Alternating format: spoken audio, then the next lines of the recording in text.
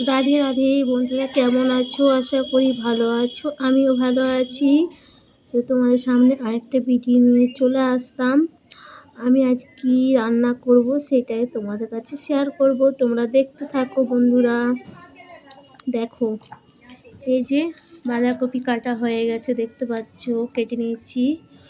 এখানে আলু, গাজর, এখানে এই যে মটরশুঁটি, কলাই আছে, সব আমার যা যা লাগে সব আমি এখানে নিয়ে নিয়েছি। আমি আজকে বাঁধাকপিটাই করব। তো তোমরা দেখতে থাকো, ঠিক আছে বন্ধুরা? তোমরা দেখো। তো বন্ধুরা দেখতে পাচ্ছ আমি এখানে কড়াইটা বসিয়ে দিয়েছি। তো বন্ধুরা হয়তো ভাববে সবাই যে কড়াইটা কী রকম দাগ একটা। তো বিশ্বাস করো বন্ধুরা, এই কড়াইটা না নতুন কড়াই, অনেক দিন রাখা ছিল। তো এই যে দাগগুলো আছে না, এই দাগগুলো কিসে এত এরকমভাবে হয়ে গেল বুঝতে পারিনি।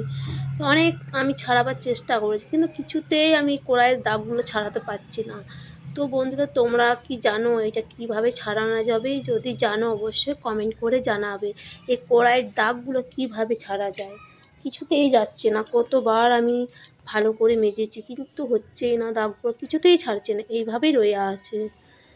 দেখতেই তো পাচ্ছ, হয়তো খারাপ লাগছে দেখতে কড়াইটা, কিন্তু নতুন কড়াই, কী করবো, ফেলে দেবো কি বর্ণ, ওই জন্যে এটাতেই করছি। কি করব, এই দাগগুলো দেখতেই তো পাচ্ছ, এই দাগগুলো কিছুতেই ছাড়ে না, অনেক চেষ্টা করেছি। তো অবশ্য তোমরা কমেন্ট করে জানাবে এই দাগগুলো কি দিলে ছাড়বে বলো তো। তো যাক, আমি কথা অনেকক্ষণ বললাম, তো এবারে যাক রান্নাটাই করি। দেখো তোমরা, আমি যেটুকু পারি সেইটুকুই করি, তোমাদের কাছে শেয়ার করি, ঠিক আছে? তো আমার ভিডিও দেখার জন্য অসংখ্য ধন্যবাদ বন্ধুরা তোমাদেরকে। তো তোমরা দেখো। তো আমি তেল দিয়ে দিলাম।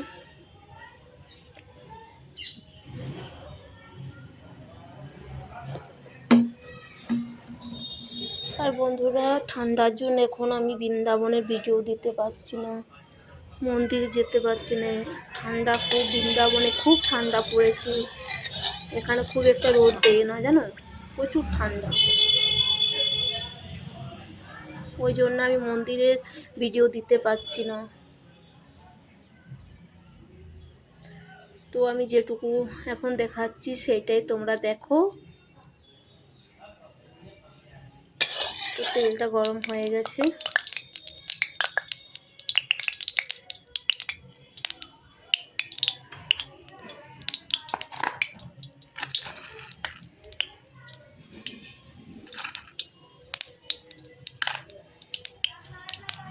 পাঁচফোড়ন, তেজপাতা দিয়ে দিলাম।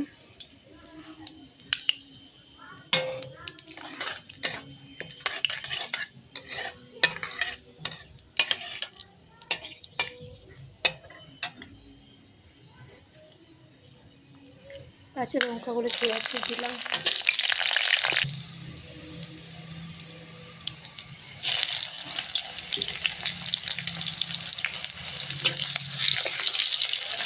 পেঁয়াজগুলো দিয়ে দিলাম। পেঁয়াজগুলো দেখতে পাচ্ছ লাল লাল করে আমার ভাজা হয়ে গেছে। তো টমেটোগুলো দিয়ে দিলাম। তো টমেটোগুলো দেখতে পাচ্ছ লাল লাল হয়ে গেছে। এবার আমি আদা রসুন দিয়ে দেবো বাটা, এটা দিয়ে দিলাম।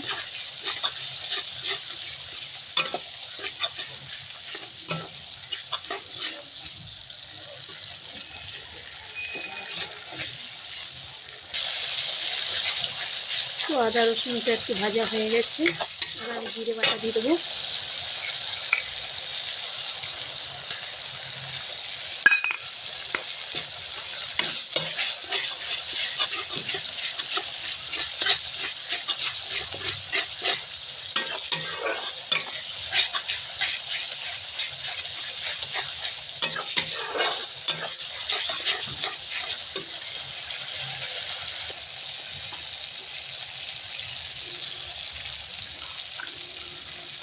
হলুদ দিলাম,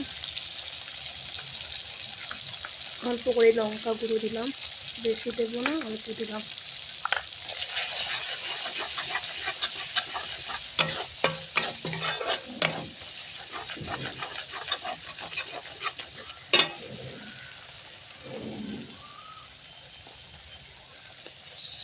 দিয়ে দিলাম।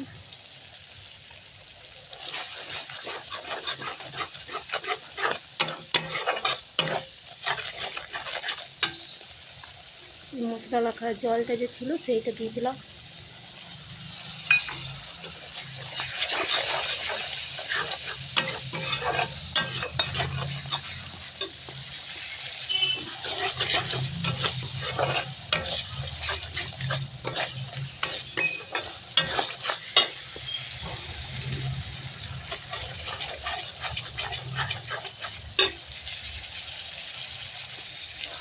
তো বন্ধুরা দেখতে পাচ্ছি আমার মশলাটা কষা হয়ে গেছে। এবার আমি আলু দিয়ে দেবো।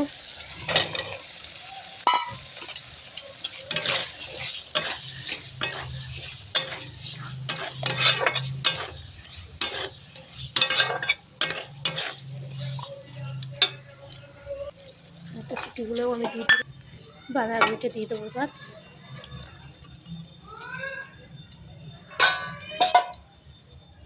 তো দেখে মনে হচ্ছে অনেকটা বাঁধাকপি, তো এটা কমে যাবে অবশ্য। এখন একটু আমি ঢাকা দিয়ে দিই, এটা তাহলে কমে যাবে। যে ঢাকা দিয়ে দিলাম।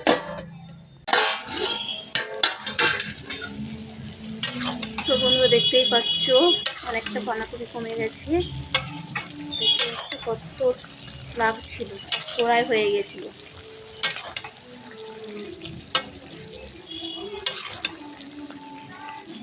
তো এখনো সিদ্ধ হয়নি, আবার সিদ্ধ হবে, ওই জন্য আরও আমি ঢাকা দিয়ে একটু সিদ্ধ করতে দিলাম।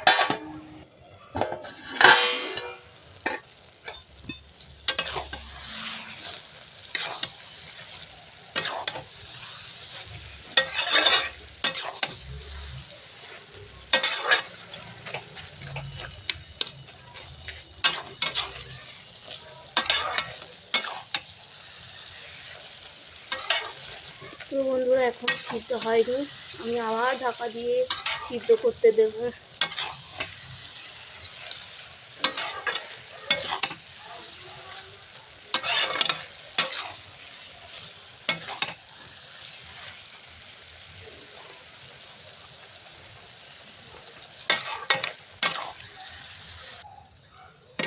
তো বন্ধুরা দেখতে পাচ্ছি আমার হয়ে গেছে।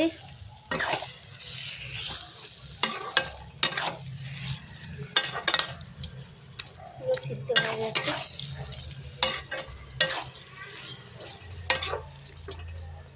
আমি এরপর ধনে পাতা দিয়ে দেবো, এর উপরে ধনে পাতা দিয়ে আমি নামিয়ে দেবো।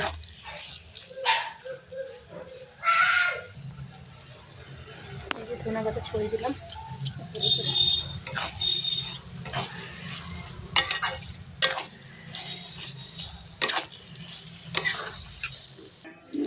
তো বন্ধুরা দেখতে পাচ্ছ আমার হয়ে গেছে। তো ভালো লাগলে অবশ্যই লাইক কমেন্ট করবে, আর তোমরা পাশে থেকো বন্ধুরা, আমিও তোমাদের পাশে আসছি। সবাই ভালো থেকো, টাটা সবাইকে, রাধে রাধে।